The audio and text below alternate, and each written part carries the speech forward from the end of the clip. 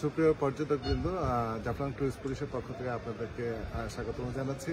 যে বিষয়টুকু আপনাদের অবগত করতে চাচ্ছি সেটা হলো যে উপজেলা প্রশাসন কর্তৃক অলরেডি বলা হয়েছে যে জাফলংয়ের গোয়েঙ্গার থানাধীন যে পর্যটক স্পটগুলো রয়েছে সেখানে কিন্তু প্রাকৃতিক দুর্যোগের ঘনঘটা চলছে, অর্থাৎ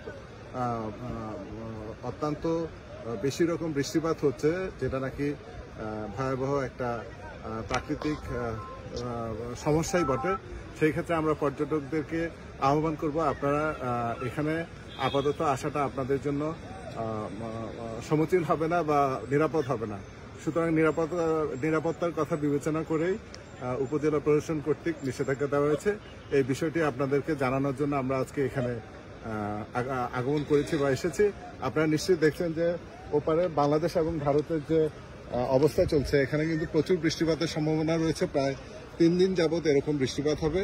সুতরাং এই বৃষ্টিপাতের মধ্যে পর্যটক যারা আছেন, আপনাদের নিরাপত্তার কথা বিবেচনা করে আমরা উপজেলা প্রশাসন কর্তৃক বলা হয়েছে যে পর্যটকদের এখানে আসা ঠিক হবে না, এবং আপনাদের এই পর্যটকদের আসা এখানে নিরাপত্তার কথা বিবেচনা করে নিষেধাজ্ঞা দেওয়া হয়েছে।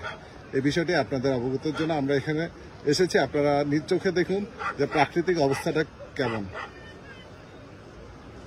আপনারা কিন্তু এখন এই মুহূর্তে যে জায়গাটা দেখছে সে ডাউকি শহর যে পাহাড়টা ছিল দেখা যাচ্ছে না, পাহাড়ের উপর কিন্তু একেবারে মেঘ এসে পাহাড়টা ঢেকে দিছে, অর্থাৎ এখন কোনো মেঘের দূর থেকে কোনো মেঘ দেখাই যাচ্ছে না।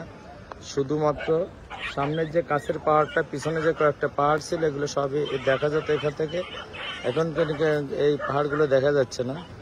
আর যেহেতু আজকে এই যে অবস্থা ঘোষণা করা হলো যে পর্যটন স্পট বন্ধ, এই পর্যটন স্পটটা বন্ধ সম্পর্কে যে পুলিশের শাহাদাত বলছিল, so that the dear tourist, we expect you never come here now.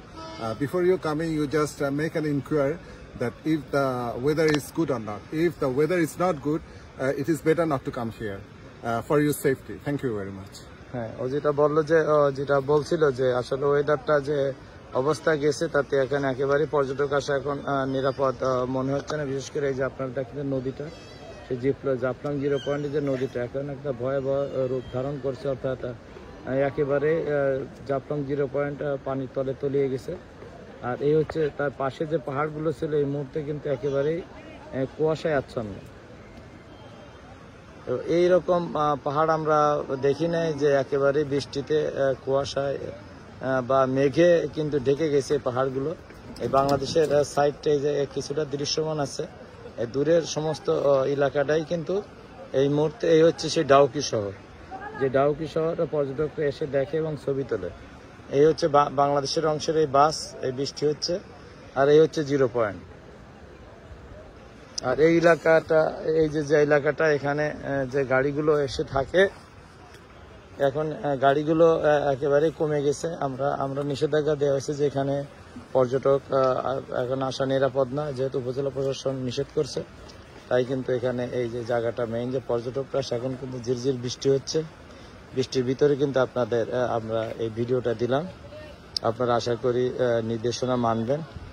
আবার যে সময় এই জায়গাটা পরিদর্শনের মতো হবে, আবার উপজেলা প্রশাসন যে সময় খুলে দেবে আপনাদেরকে ফেসবুকের মাধ্যমে জানানো হবে, তখন আপনারা দলে দলে চলে আসবেন। আপাতত দেখেন পাহাড়ের যে অবস্থাটা।